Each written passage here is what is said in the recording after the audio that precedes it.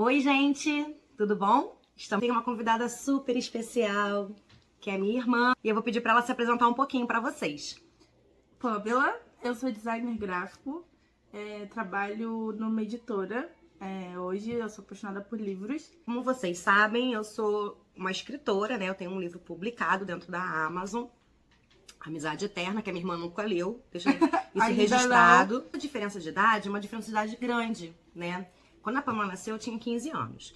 E nós não somos filhas não somos só nós duas, né? Eu sempre brinquei com isso, né? Dizendo que eu me sinto filha única. Porque eu não tive essa coisa de criança pra brincar comigo na minha infância, né? Eu fui uma criança criada dentro do apartamento, né? Eu não saía, eu não corria, eu não andava de bicicleta. Tanto que eu não sei andar de bicicleta até hoje. Brincar com alguém, eu tinha que ir pra casa da minha avó, onde eu tinha os meus primos. Fala um pouquinho assim de como foi essa questão pra você da infância, né? Pais velhos, né? Como a gente costuma dizer, né? E com a diferença de idade tão grande, assim, comigo, né? Comigo foi um pouco diferente, assim. É claro, eu também fui criada de apartamento, mas no prédio tinha muitas crianças, então eu tinha com quem brincar, assim. Eram todas da minha idade, então eu tinha com quem brincar. Eu brinquei muito, eu aprendi a andar de bicicleta. Eu comprava bicicleta pra ela. Eu aprendi a andar de bicicleta, eu aprendi a andar de patins, eu aprendi a andar de patinete. Então, tive mais acesso a coisas que ela não teve. A diferença de 15 anos fez gritante mesmo. Não só de tempo, mas de oportunidades. Acho que é essa a palavra. Sim. Oportunidades, porque as oportunidades que eu tive, ela não teve. E tá tudo bem, tá, gente? Assim, sim. A gente, de repente as pessoas podem falar assim, mas será que a Aline tem algum tipo de problema com isso? Não, não tenho, né? Porque assim, dizer que eu fui criada por duas mulheres fortes. Por quê? Porque a minha tia, irmã da minha mãe, morava com a gente e o meu pai não morava junto comigo, o pai morava junto com a nossa tia-avó. E pra mim foi um choque muito grande, por quê? Porque eu já tinha um relacionamento com a minha mãe, de confiança. Falava assim, mãe, eu vou dormir na casa de uma amiga. E minha mãe, não, tudo bem, sem problema, pode ir. Com meu pai, não. Com meu pai eu tive que conquistar essa ação, né? Então, assim, imagina, você com 15 anos, adolescente normalmente já briga por tudo, né? Sim. E aí tem um pai, que meu pai era um pai controlador. Meu pai era um pai que... Acho que controlador, de repente, não pode ser a palavra certa. Eu acho que ele era muito cuidadoso, assim. Centralizador, talvez. Centralizador, provavelmente. É porque tem gente que usa a palavra cuidadoso pra justificar alguém que é muito controlador, mas não é essa questão que eu tô querendo dizer, assim. Na verdade, ele tinha muita preocupação. Muito zelo. Isso. Por nós. E aí foi uma realidade que eu não tive, né? Porque eu já tinha minha independência, né? Não financeira. Porque eu vim... E acho que conviver com mulheres me deixou mais forte, isso com certeza. Eu acho que também... eu não posso reclamar assim, em relação a isso, né? Exatamente. Porque, eu já cresci com o meu pai, então... A minha tia já não morava mais com a gente, minha tia já morava sozinha, já tinha casado, né? E aí, eu já cresci com o meu pai, diferente... Já é uma outra coisa, uma outra... O André já tinha casado também, já tinha saído de casa. E de estrutura familiar, assim. Eu cresci com meu pai, nunca tive problema, assim, meu pai, além de ser... Ele era essa pessoa que tinha muita preocupação e cuidado, ele realmente... É isso. Eu já cresci... Pra mim era normal falar, pai, tô indo não sei aonde, tal. Então, pra mim... Quando você era criança? Maninha. De maninha. Só que ela não conseguia falar maninha direto. Ela falava... E andava eu, meu pai e a Pamela. As pessoas olhavam, né? Aí ela falava pai e falava maninha. Nossa, olha aquele velho com aquela menina nova! Né?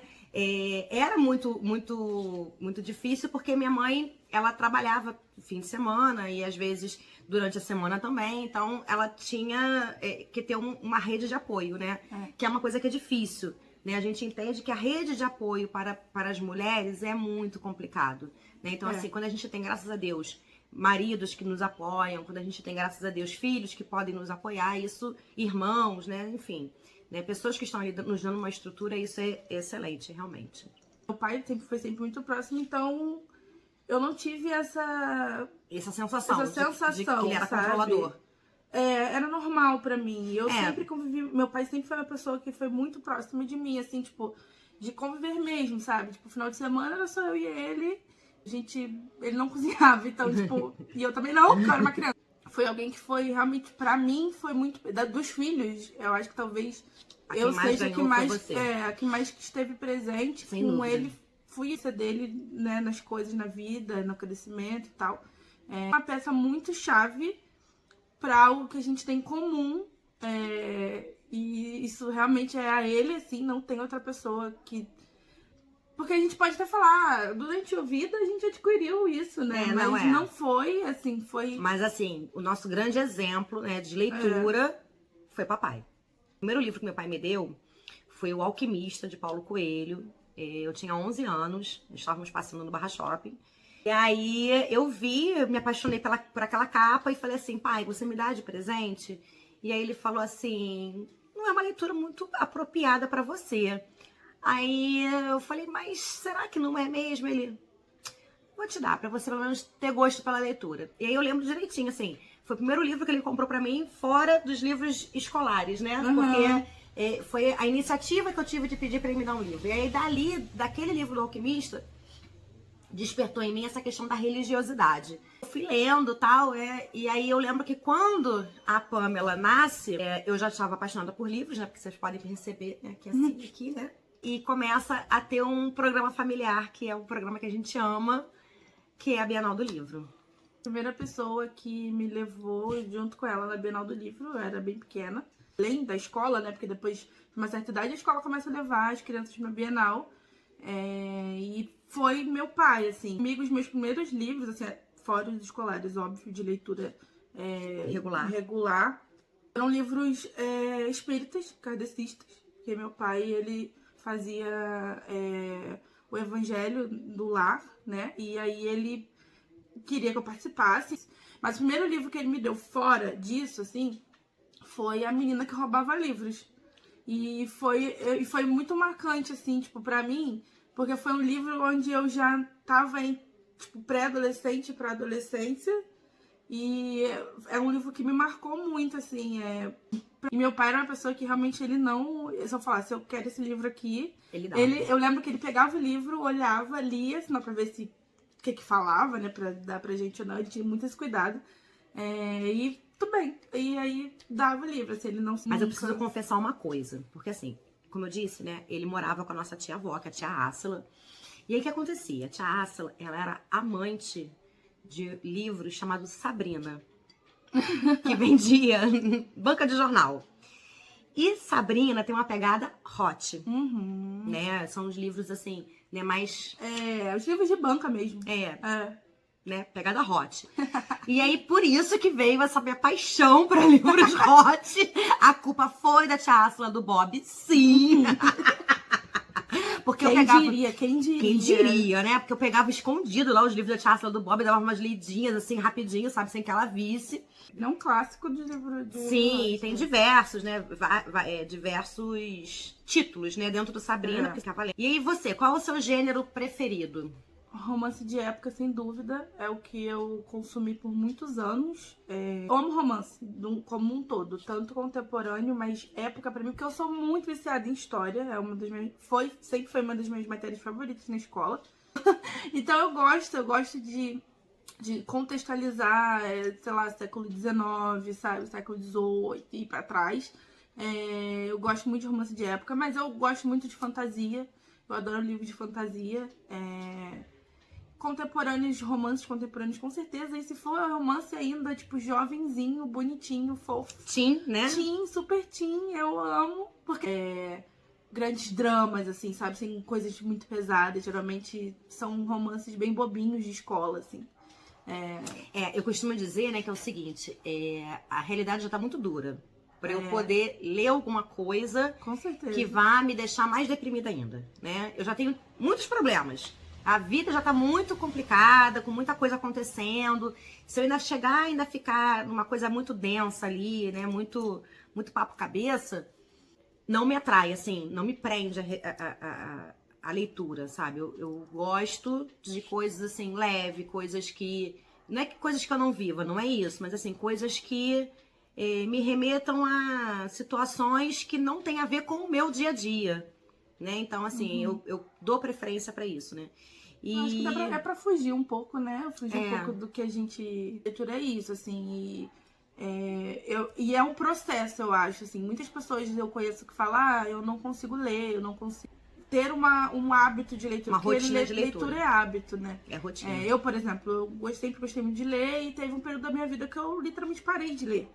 Por quê? Porque eu comecei a trabalhar, eu entrei na faculdade, todos os dias fazer um pouquinho daquilo. Nem que seja 20 minutinhos, 2 Exatamente. páginas. Gente, é se condicionar. É igual atividade física. Exatamente. Eu vou ler uma página por dia. Vou ler uma folha por dia. Exatamente. E sem se pressionar também, sabe? Eu acho que também é você achar o que você gosta de ler, assim. Aí pressionar alguém, lê isso aqui porque é muito bom. É bom pra mim, sabe? Às vezes pra outra pessoa não é. Às vezes não é o gênero que ela gosta de ler. Às vezes li esse aqui, não gostei, parte pra outra. Tipo, pega um outro, começa a ler. Não vale a pena mesmo, não. Às vezes vale a pena largar. Não, eu sou a favor de ler até o final. largar. Não deixem as coisas na sua vida inacabadas. Vá até o final.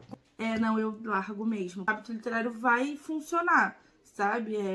Eu comecei, tipo, pra eu voltar a ler, depois do meu recessinho de sem ler, eu tive que ir aos poucos, assim, porque eu consumia livros muito, assim. Eu lia 3 livros ao mesmo tempo e eu parei de ler. E aí Eu já não tenho esse hábito. Eu gosto de ler um livro de cada vez, sabe? Hoje eu só leio um livro de cada vez, sabe? Eu não consigo mais ler como eu lia quando eu 3 tinha livros 15 anos, juntos, sabe?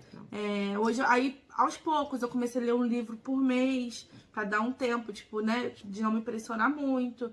E é isso, assim, às vezes tem aquelas leituras que fluem muito mais rápido, né, por você consumir aquilo, ser tão bom e você consumir aquilo tão rápido. E às vezes não, às vezes é uma leitura realmente que é um pouco mais lenta, às vezes é um livro denso, um livro que fala sobre algo que é muito mais pesado, você precisa ter um pouco de cuidado pra ler, né, de obter aquela informação toda que você tá lendo. Então, quem aí quer começar a ler, hábitos de leitura, comece, exatamente. Comece por algum lugar. Leia, vai, sei lá, na livraria, vai ler os textos, vai ler os livros, olha a quarta capa, lê a sinopse, se te interessa, e tá sabe? tudo certo. E é isso. E tenta achar o seu nicho, tenta achar o que funciona pra você, sabe? Porque realmente vai ter algum livro que vai funcionar. Vai ter algum gênero que vai se encaixar pra você. E que vai ser melhor pra você e tá tudo bem. Isso. Um pouco de cuidado, porque eu acho que as coisas na internet podem gerar um pouco de ansiedade na gente, porque a gente acaba se comparando mesmo, a gente é ser humano, a gente é isso. Tipo, os livros que eu li no mês, e aí a pessoa leu 6 livros, 10 livros no mês, e você só leu um, tipo, e aí você começa a se sentir mal, porque, tipo, meu Deus, eu li um livro só, a pessoa leu 10 livros. Tipo, não se compara, sabe? Não Tipo, eu acho que isso é uma também das dicas aí, não se compara com ninguém, faça seu processo, sabe? Tipo assim, só viva o que você tem que fazer. É pra tudo na vida de vocês, sabe? Viva tudo. o seu processo. Quando você estiver numa atividade física, quando você estiver fazendo qualquer coisa, não se compare ao amiguinho, porque a sua história de vida, ela não é a mesma do seu amiguinho. Né? Então, assim, você tem que entender quais são os seus processos, tem que entender qual é o seu exercício de vida. E tá tudo bem, cada um tem o seu tempo, tem a sua vibe, né? Vamos dizer assim. Então tá bom, E Pamela. é isso. E aí, a gente também queria chamar vocês pra... Falando de livros, a Bienal vai começar essa semana. Vai começar no dia 1º de setembro, vai terminar no dia 10 de setembro. É um lugar muito legal de conhecer livros novos, de conhecer autores, de conhecer nichos diferentes pra vocês lerem. Então, assim, quem gosta de ler, quem quer voltar a ler... Valorizem Exatamente. o autor nacional. Com certeza. É muito importante isso. É muito importante. Tanto valor, né, pra quem tá de fora, né, e esquece quem tá aqui dentro. E aqui dentro, cara, a gente tem livros maravilhosos, a gente tem autores maravilhosos e a gente só não tem espaço, né? Porque nem sempre a cultura, ela é incentivada como tem que ser. É isso, a gente espera vocês na Bienal. Eu vou estar trabalhando na Bienal, então eu estarei lá todos os dias, intensamente vivendo essa loucura que é a Bienal, é uma loucura gostosa. Se vocês encontrarem com ela, tira uma foto com ela e marca Por favor. o Vai Ler Pan, Com certeza. que é o Instagram dela.